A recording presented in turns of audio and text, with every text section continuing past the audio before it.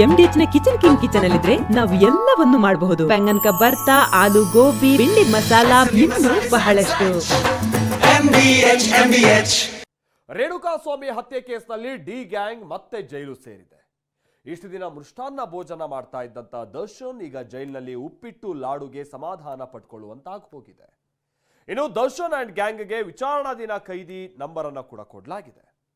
ಈ ನಡುವೆ ಬಂಧನಕ್ಕೂ ಮುನ್ನ ನಿನ್ನೆ ದರ್ಶನ್ ಅವರು ಅಂದ್ರೆ ಅಂಧಾರಾಗೋಕ್ಕೂ ಮುನ್ನ ಪೊಲೀಸರಿಗೆ ಚಳ್ಳೆ ಹಣ್ಣು ತಿನ್ಸೋದಕ್ಕೆ ಮುಂದಾಗಿರ್ತಾರೆ. ಅಷ್ಟಕ್ಕೂ ಕಾಟೇರನ ಕಳ್ಳಾಟ ಏನೇನಾಗಿತ್ತು ಅನ್ನುವಂಥದ್ದೇ ಬಹಳ ರೋಚಕವಾಗಿದೆ. ಥೈಲ್ಯಾಂಡ್ನಲ್ಲಿ ಬಿಂದಾಸ್ ಪಾರ್ಟಿ ಮಾಡಿದ ದರ್ಶನ್ಗೆ ಚಪಾತಿಯೇ ಗತಿ. ಬೇಲ್ ಮೇಲಿದ್ರು ಊರೂರು ಸುತ್ತಾ ಎಂಜಾಯ್ ಮಾಡ್ತಿದ್ದ ದಾಸನಿಗೆ ಉಪ್ಪಿಟ್ಟು ತಿನ್ನೋ ಪರಿಸ್ಥಿತಿ. ಜಾಮೀನು ರದ್ದಾಗಲ್ಲ ಅನ್ನೋ ವಿಶ್ವಾಸದಲ್ಲಿ 9 ತಿಂಗಳಿಂದ ಲೈಫ್ ಚಿಂದಿ ಉಡಾಯಿಸಿದ್ದ ಚಿಂಗಾರಿ ನಟ ಮತ್ತೆ ಜೈಲೂಟ ತಿನ್ನುವಂತಾಗಿದೆ. ಚಪಾತಿ, ಉಪ್ಪಿಟ್ಟು, ಲಾಡು, ಕಾರಾಗೃಹದಲ್ಲಿ ಕಾಟೇರನ ಪಾಡು. Subbi silent, Subba full talk. Quarantine ಸೆಲ್ನಲ್ಲಿ ಕಣ್ಣೀರು. ಜಾಮೀನು ರದ್ದಾದ ಬಳಿಕ ಪರಪ್ಪನಾಗ್ರಹಾರ ಸೇರಿರೋ ದರ್ಶನ್ ಅಂಡ್ ಗ್ಯಾಂಗ್ ವಿಲ ಅಂತಿದೆ. ದರ್ಶನ್, ನಾಗರಾಜ್, ಲಕ್ಷ್ಮಣ್, ಪ್ರದೋಷ್ನನ್ನ ಕ್ವಾರಂಟೈನ್ ಬ್ಯಾರಕ್ನಲ್ಲಿರಿಸಲಾಗಿದೆ. ಎಲ್ಲರೂ ಒಂದೇ ಬ್ಯಾರಕ್ನಲ್ಲಿದ್ರು ಯಾರೂ ಹೆಚ್ಚು ಮಾತಾಡ್ತಿಲ್ಲ. ದರ್ಶನ್ ಸುಮಾರು ಹೊತ್ತು ಲಕ್ಷ್ಮಣ್ ಹಾಗೂ ನಾಗರಾಜ್ ಜೊತೆ ಮಾತುಕತೆ ನಡೆಸಿದಾನೆ. ಆದ್ರೆ ಪ್ರದೋಷ್ ಮಾತ್ರ ದರ್ಶನ್ ಸೇರಿ ಯಾರ ಜೊತೆಗೂ ಮಾತಾಡದೆ ತಡರಾತ್ರಿವರೆಗೂ ಕಣ್ಣೀರಿಡ್ತಿದ್ನಂತೆ. ರಾತ್ರಿ ಎಲ್ಲರೂ ಚಪಾತಿ ತಿಂದು ಮಲಗಿದ್ದಾರೆ. ಆದ್ರೆ ಈತ ಮಹಿಳಾ ಬ್ಯಾರಕ್ನಲ್ಲಿರೋ ಪವಿತ್ರ ಊಟ ಮಾಡದೆ ಮೌನಕ್ಕೆ ಜಾರಿದ್ದಾಳೆ ಎನ್ನಲಾಗಿದೆ.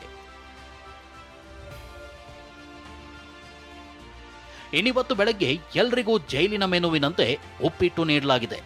ದರ್ಶನ್ ಸಾಮಾನ್ಯ ವಿಚಾರಣಾಧೀನ ಕೈದಿಯಂತೆ ಉಪ್ಪಿಟ್ಟು ಸೇವಿಸಿದ್ದಾನೆ.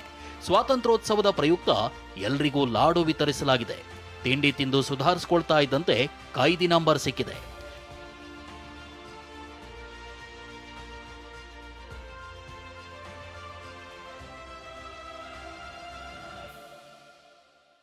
ದರ್ಶನ್ಗೆ ವಿಚಾರಣಾಧೀನ ಕೈದಿ ನಂಬರ್ 7314. ಕಳೆದ ಬಾರಿ ದರ್ಶನ್ಗೆ ಕೊಟ್ಟ ಕೈದಿ ನಂಬರ್ ಭಾರಿ ಸದ್ದು ಮಾಡಿತು. ಸದ್ಯ ದಾಸನಿಗೆ ಹೊಸ ಕೈದಿ ನಂಬರ್ ನೀಡಲಾಗಿದೆ.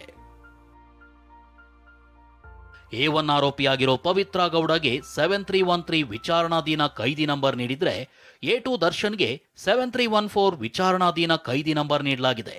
ಉಳಿದಂತೆ ನಾಗರಾಜ್ಗೆ 7315, ಲಕ್ಷ್ಮಣ್ಗೆ 7316, ಪ್ರದೋಷ್ಗೆ 7317 ಕೈದಿ ನಂಬರ್ ನೀಡಲಾಗಿದೆ.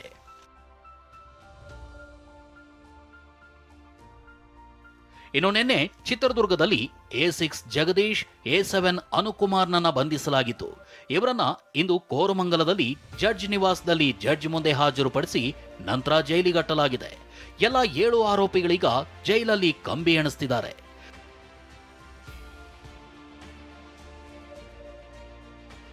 ಸರೆಂಡರ್ ಆಗೋ ಪ್ಲಾನ್ ಮಾಡಿದ್ದ ಡೆವಿಲ್ ಉಲ್ಟಾ ಆಗಿದ್ ಹೇಗೆ?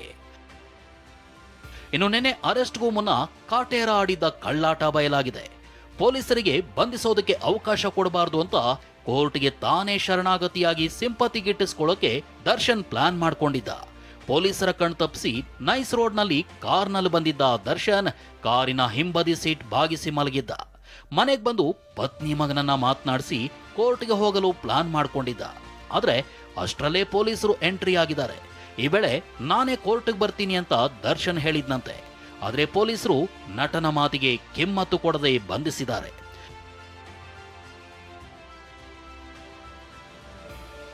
ದರ್ಶನ್ಗೆ ಜಾಮೀನು ರದ್ದಾಗೋ ಕಲ್ಪನೆನೇ ಇರಲಿಲ್ಲ. ಹುಚ್ಚು ಧೈರ್ಯದಲ್ಲಿದ್ದ ಕಾಟೇರ ಡೆವಿಲ್ ಚಿತ್ರದ ಹಾಡು ಬಿಡುಗಡೆ ಬಗ್ಗೆ ಪೋಸ್ಟ್ ಹಾಕಿದ್ದ.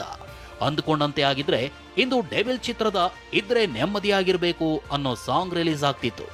ಆದ್ರೆ ದಾಸನಿಗೆ ಕಂಬಿ ಹಿಂದಿನ 4 ಗೋಡೆಗಳ ಮಧ್ಯೆ ನೆಮ್ಮದಿ ಹುಡುಕುವಂತಾಗಿದೆ. ಆನೇಕಲ್ನಿಂದ ರಾಮು ಜೊತೆ ಶಿವಪ್ರಸಾದ್, TV9 ಬೆಂಗಳೂರು.